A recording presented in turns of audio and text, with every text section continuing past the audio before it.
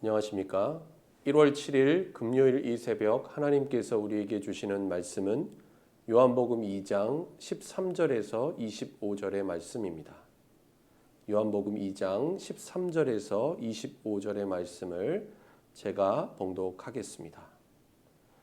유대인의 유월절이 가까운지라 예수께서 예루살렘으로 올라가셨더니 성전 안에서 소와 양과 비둘기 파는 사람들과 돈 바꾸는 사람들이 앉아 있는 것을 보시고 노끈으로 채찍을 만드사 양이나 소를 다 성전에서 내쫓으시고 돈 바꾸는 사람들의 돈을 쏟으시며 상을 엎으시고 비둘기 파는 사람들에게 이르시되 이것을 여기서 가져가라. 내 아버지의 집으로 장사하는 집을 만들지 말라 하시니 제자들이 성경 말씀에 주의 전을 사모하는 열심이 나를 삼키리라 한 것을 기억하더라.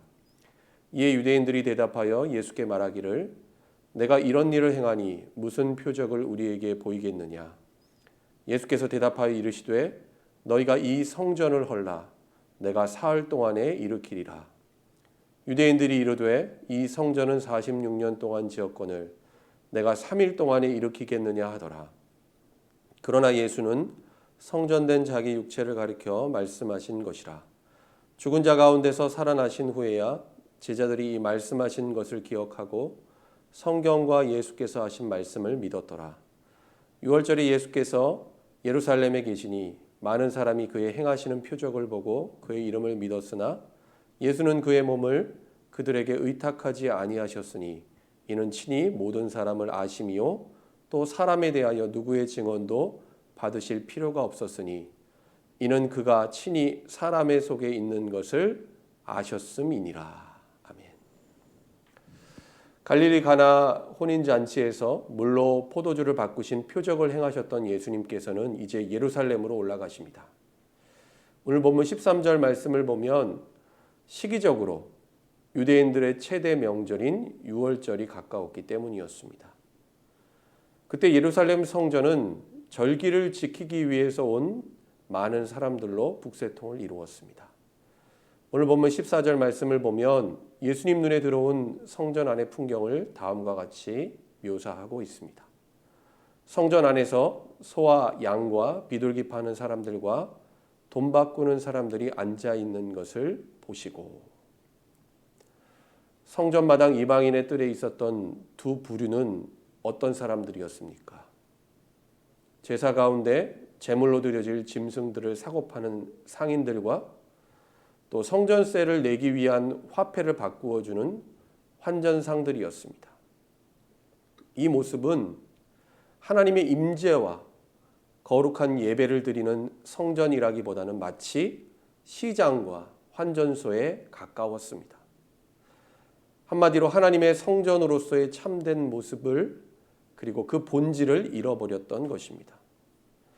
더욱이 눈에 보이는 성전의 모습 배후에는 인간의 욕망과 타락, 온갖 부조리와 죄악들이 가득했습니다.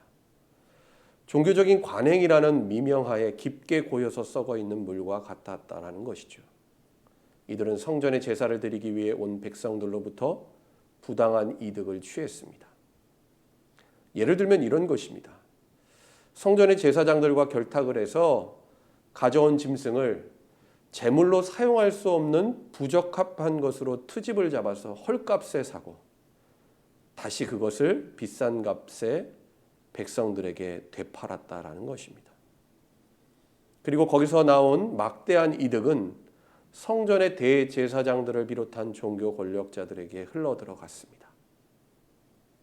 성전세를 내기 위해 화폐를 바꾸는 일도 마찬가지였습니다. 가이사의 형상이 그려진 화폐는 성전세로 드려질 수 없었기 때문에 백성들은 비싼 수수료를 내고서라도 은으로 된 세겔 주화로 바꾸어야만 했습니다. 여기서 발생하는 이익 또한 마찬가지였습니다. 일명 성전을 중심으로 해서 그 누구도 흔들 수 없고 무너뜨릴 수 없는 거대한 종교적 카르텔이 오랜 기간 동안 형성되어 왔다라는 것입니다. 예수님께서는 지금 예루살렘 성전에서 벌어지고 있는 모든 일, 그 실체를 다 아셨습니다. 그렇기 때문에 오늘 이 말씀 가운데 상인들을 성전에서 내쫓으셨던 것입니다. 돈을 바꾸는 사람의 돈을 쏟으시며 상을 엎으셨고 16절 하반절 말씀을 보면 예수님께서 이렇게 말씀하십니다. 내 아버지의 집으로 장사하는 집을 만들지 말라. 여러분, 성전은 하나님이 임재하시는 거룩한 아버지의 집입니다. 뿐만 아니라 만민이 기도하는 집이어야 했습니다. 그런데 지금 이들은 이와 같은 곳을 시끄러운 저작거리로, 탐욕과 부조리가 가득한 죄악의 소굴로 만들었다라는 것이죠. 그렇기 때문에 예수님께서 오늘 본문 가운데 이처럼 행하셨던 것입니다. 어찌 보면 예수님께서 어떻게 이렇게 과격한 행동을 하실 수 있을까라는 생각이 우리는 들기도 합니다. 그런데 예수님의 행동과 반응은 단순하게 감정적으로 화를 내신 것이 아니라 분명한 목적과 의도가 있는 행동이었다라는 사실입니다. 예수님께서는 성전에서 일어나는 죄악과 부정에 타협하지 않으셨습니다. 그리고 종교적인 외식이라는 가면 뒤에 숨겨진 부패한 모든 것들을 다 드러내어 고발하셨습니다. 이런 모습을 지켜본 성전의 상인들 그리고 종교 지도자들은 황당하면서도 한편으로는 예수님이 괘씸하고 그래서 분했을 것입니다. 제자들 역시 예수님께서 지금 건드리지 말아야 할 것을 건드렸다고 생각한 나머지 시편 69편 6절의 말씀을 떠올리며 이렇게 말합니다. 오늘 본문 17절 말씀입니다. 제자들이 성경 말씀에 주의 전을 사모하는 열심이 나를 삼키리라 한 것을 기억하더라. 이후에도 예수님께서는 여러 가지 사건들을 통해 유대 종교 지도자들과 논쟁하셨고 갈등 관계가 지속되었습니다. 그리고 결국에는 이들이 예수님에게 신성 모독이라는 죄를 뒤집어 씌워서 십자가의 죽음으로 몰아가게 됩니다. 오늘 본문에서도 유대 종교 지도자들은 예수님께서 성전에서 이처럼 하신 것에 대해서 다음과 같이 묻고 있습니다. 오늘 본문 18절 말씀입니다. 이에 유대인들이 대답하여 예수께 말하기를 내가 이런 일을 행하니 무슨 표적을 우리에게 보이겠느냐. 예수님에 대해서 심기가 불편했던 유대인들이 지금 이렇게 말하는 것입니다. 당신이 지금 무슨 자격과 권한으로 이런 일을 행하는 것인가 묻는 것이죠. 그러자 예수님께서는 19절에서 이들을 향해 이렇게 대답하십니다. 예수께서 대답하여 이르시되 너희가 이 성전을 헐라 내가 사흘 동안에 일으키리라. 예수님이 메시아로 오셨다라는 사실을 인정하지 못했고 또한 영적인 무지함 가운데 있었던 유대인들, 성전에 대한 예수님의 말씀을 듣고 나서 한마디로 말도 안 된다라고 생각을 했습니다. 지금 이 성전을 46년 동안 지었고 아직 다 완성하지도 못했는데 어떻게 성전을 헐고서 사흘 만에 다시 일으킨다라는 것인지 불가능한 일이라고 생각했다라는 것입니다. 그러나 예수님의 성전에 대한 이 발언은 21절의 말씀처럼 눈에 보이는 건물로서의 성전이 아니라 참된 성전이 되시는 자기 자신의 육체를 가리켜 말씀하신 것이었습니다. 성전 되신 예수님께서는 이 말씀 그대로 십자가에 달려 죽으시고 사흘 만에 다시 사셨습니다. 그리고 예수님께서는 십자가와 부활을 통해 하나님의 언약을 성취하셨습니다. 과거 이스라엘 백성들은 성전 가운데 임재하시는 하나님을 만났습니다. 그리고 성전에 가서 짐승을 잡아 제사를 드렸고 이를 통해 자신의 죄를 사함받았습니다. 하지만 이것은 불완전하고 임시적인 것이었습니다. 그러나 참 성전 되신 예수님께서 오셨고 예수 그리스도 안에서 하나님의 언약이 성취되었습니다. 그러므로 여러분 우리는 상징과 표적이 아니라 참된 성전 그 자체가 되시는 예수 그리스도를 통해 살아계신 하나님을 만날 수 있고 죄사함 받아 구원을 받게 된 것입니다. 오늘 보면 22절 말씀을 보면 제자들이 이와 같은 예수님의 말씀 그 진리를 예수님의 부활 사건을 경험하고 나서 믿게 되었다라고 기록하고 있습니다. 과거를 회상하면서 그래서 예수님께서 이와 같은 일을 하셨고 이처럼 우리에게 말씀하셨구나. 그때야 비로소 이 사실을 깨닫게 되었다라는 것입니다. 여러분, 우리는 오늘 이 본문의 말씀을 통해 과연 우리의 신앙이 지금 어떠한가를 잘 살펴보고 돌아볼 필요가 있습니다. 여러분, 우리의 삶과 우리의 신앙의 중심에 참 성전 되신 예수 그리스도가 아니라 세상 다른 것들이 그 자리를 차지하고 있지는 않습니까? 나름대로 열심히 예배를 드리고 또 신앙생활하고 봉사와 섬김, 헌신을 하고 있지만 그 궁극적인 이유와 목적이 예수님이 아니라고 한다면 분명 문제가 있는 것입니다.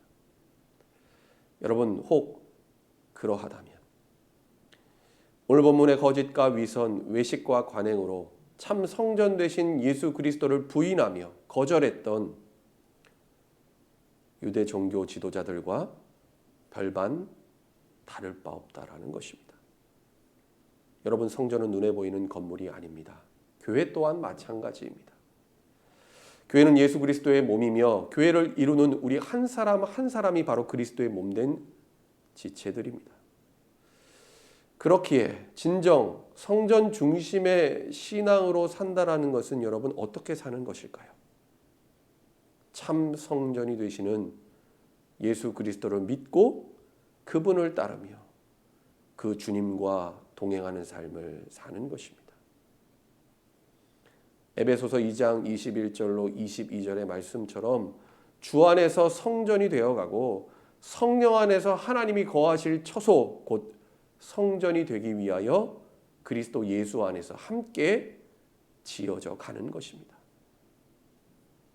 여러분, 오늘 이 새벽 우리에게 주신 이 말씀을 기억하고 또 묵상하며 참 성전 되신 예수 그리스도 안에서 그분을 온전히 믿고 순종하는 삶을 사는 여러분 될 수 있기를 바랍니다. 우리 안에 뿌리 깊게 자리하고 있는 탐욕과 거짓, 외식하는 신앙을 벗어버리고 진정 참 성전 되신 예수 그리스도만을 우리의 삶의 중심에 모시고 오늘 하루도 거룩한 성전으로서의 삶을 살아가는 저와 여러분 될 수 있기를 예수님의 이름으로 간절히 축원합니다. 기도하겠습니다. 하나님 아버지, 오늘도 우리에게 호흡할 수 있는 생명을 주시고 하나님의 말씀으로 하루를 시작하게 하신 은혜에 감사를 드립니다. 주님, 우리가 참 성전 되시는 예수님만을 온전히 믿고 섬기며 그분께 순종하는 삶을 살기를 원합니다. 탐욕과 거짓, 겉만 그럴듯하게 포장하며 껍데기만 남아있는 종교적인 외식이 하나님 우리 가운데 있다면 오늘 이 말씀 앞에 회개하게 하시고 진실한 마음으로 하나님을 예배하는 삶을 살게 하여 주옵소서. 하나님, 오늘 하루도 우리의 모든 삶이 주님 안에서 거룩한 성전으로 지어져 가기를 간절히 원합니다. 하나님, 성령으로 우리와 함께하여 주시고 우리의 삶을 인도하여 주옵소서. 흩어져 있는 모든 성도들 하나님의 말씀 안에서 하나 되게 하시고 언제 어디에 있든지 주님의 풍성한 은혜와 사랑 안에서 믿음으로 승리하는 삶을 살게 하여 주옵소서. 예수님의 이름으로 기도드립니다.